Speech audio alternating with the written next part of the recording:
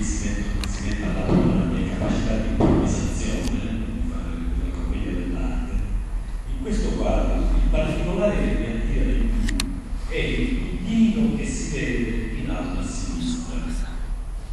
Lo possiamo fare, lo possiamo farlo così, possiamo farlo girare.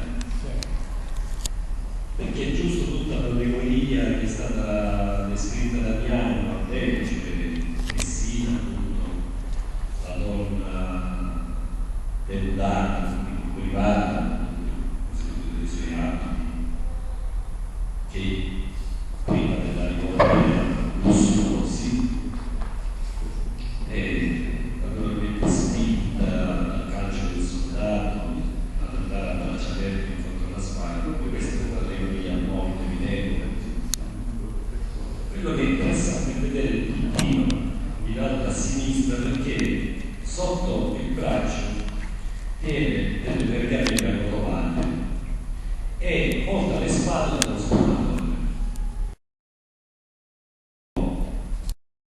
Fuori dal quadro, sta per uscire dal quadro, sta andando con queste pergamene sotto il braccio.